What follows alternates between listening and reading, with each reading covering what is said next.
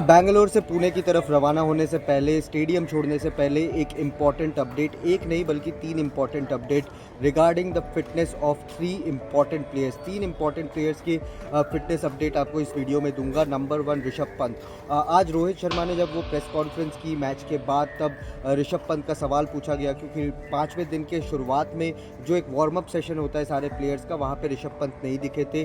ध्रुव Jurel keeping कर रहे थे, जैसे कि हमने देखा, जो राइट नी में ऋषभ पंत के चोट लगी थी, उसके बाद से उन्होंने कीपिंग नहीं की। ध्रुव जुरैल ने पूरे मैच में कीपिंग की, बट बैटिंग करने वो आए थे। 99 रन्स उन्होंने बनाए, बट वो जब लास्ट की तरफ बैटिंग कर रहे थे तो ऋषभ पंत पेन में दिख रहे थे। He was running with a limp, थोड़े से लंगड़ा रहे थे। और सरफराज खान ने भी पिछले दिन प्रेस कॉन्फ्रेंस में यही बात की थी। वो जब मीम वाला मटेरियल के बारे में उन्हें सवाल पूछा गया था कि आप उछल उछल के क्या बोल रहे थे, तब उन्होंने यही बोला था कि ऋषभ पेन में था, तो मुझे याद आया अचानक से कि उसके घुटनों में दर्द है, तो सेकंड रन लेना ठीक नहीं होगा।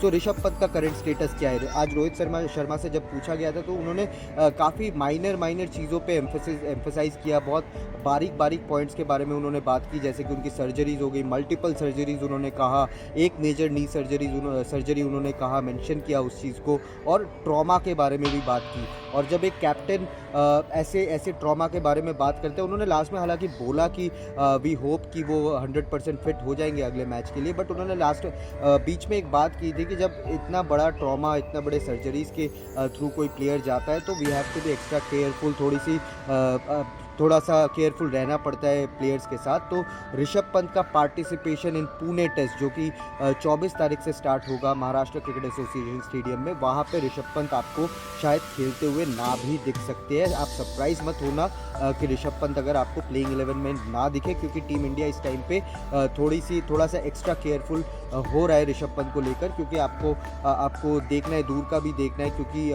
5 मैच की ऑस्ट्रेलिया सीरीज़ में ऋषभ पंत का इन्वॉल्वमेंट बहुत इंपॉर्टेंट हो जाएगा, अगर हम WTC साइकिल की भी बात करें तो उस लिहाज से। और ऑफ कोर्स ऑस्ट्रेलिया में सीरीज़ जीतना, तो हैट्रिक ऑफ विन्स अगर हम कर पाए तो वो एक ऐतिहासिक अचीवमेंट होगा। सो ऑस्ट्रेलिया सीरीज़ पे चलते हुए ऋषभ पंत को आपको शायद पुणे टेस्ट में खेलते हुए वो शायद आपको ना दिखे। रही बात शुभमन गिल की, शुभमन गिल इस मैच में ही मिस्ड आउट, स्टिफ नेक था उनका। मैंने बीच में एक लाइव में बताया भी था आप लोगों को कि शुभमन गिल फुटबॉल खेलने आए थे। वो आराम से विराट कोहली के साथ लास्ट 2 दिन, 5वें दिन, चौथे दिन, दोनों दिन आराम से वो वार्म अप के टाइम पे फुटबॉल वगैरह खेल रहे थे, हंसी मजाक कर रहे थे, कोई ऐसा मेजर कंसर्न उनका दिखा नहीं। बट आज जैसे ही मैच खत्म हुआ, शुभमन गिल बैटिंग करने आए। मेन विकेट जो था, जिस पिच पे मैच हुआ, वहाँ पे शुभमन गिल ने प्रसिद्ध कृष्णा, हर्षित राणा, आकाशदीप, एक लेफ्ट आर्म स्पिनर था, ऑर्थोडॉक्स स्पिनर जो एजाज पटेल का एक काट हो सकता है, उनको फेस किया। थ्रो डाउन्स भी दे रहे थे अभिषेक नायर, जो असिस्टेंट कोच है इंडिया के।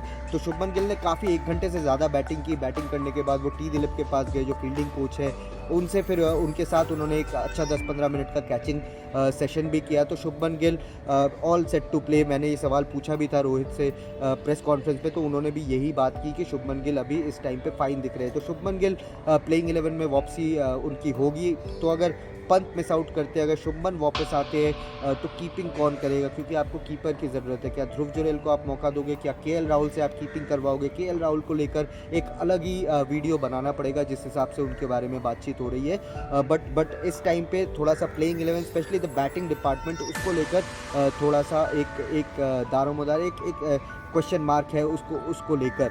रही बात मोहम्मद शमी की, वो भी NCA में, हमें सब पता है कि एक रिपोर्ट आई थी 16 डी वाली। उसके बाद रोहित शर्मा ने प्रेस कॉन्फ्रेंस में उसकी बात की थी, और हमने पहले रिपोर्ट भी किया था, जिस दिन शामी पहले दिन, जिस दिन 46 पे ऑल आउट हुई थी इंडियन टीम, शामी शाम को आए थे बैटिंग करने, बॉलिंग करने, और उन्होंने लगभग 20-30 मिनट ज़बरदस्त बॉलिंग भी की थी खाली नेट्स में। पर आज जब शुभमन बैट कर रहे थे, शुभमन का जब last phase of batting drill चल रहा था, तब वो आए, मोहम्मद शमी आए, और उन्होंने शुभमन गिल को भी नए बॉल से बॉलिंग की। और उसके बाद जब शुभमन गिल चले गए, तो इंडिया के असिस्टेंट कोच जो है अभिषेक नायर, वो पैड पहन के आए, वो रोहित शर्मा का बैट भी यूज़ कर रहे थे, तो वो पूरा गेयर अप, पैडेड अप होके आए, और उनको शमी ने लगभग 20 मिनट तक बॉलिंग की। तो शमी का सेशन भी 40 मिनट के आसपास चला, क्योंकि मॉर्ने मॉर्कल जो इंडिया के बॉलिंग कोच है, और ये बहुत इंपॉर्टेंट पॉइंट है कि इंडिया का कोचिंग स्टाफ भी शमी के रिकवरी प्रोसेस में, क्योंकि बैंगलोर में ही थे, तो एक तरह से इन्वॉल्व हो गया था। सारे जो कोचेस थे वो एक तरह से इकट्ठा हो गए थे। मॉर्ने मॉर्कल रन अप में खड़े थे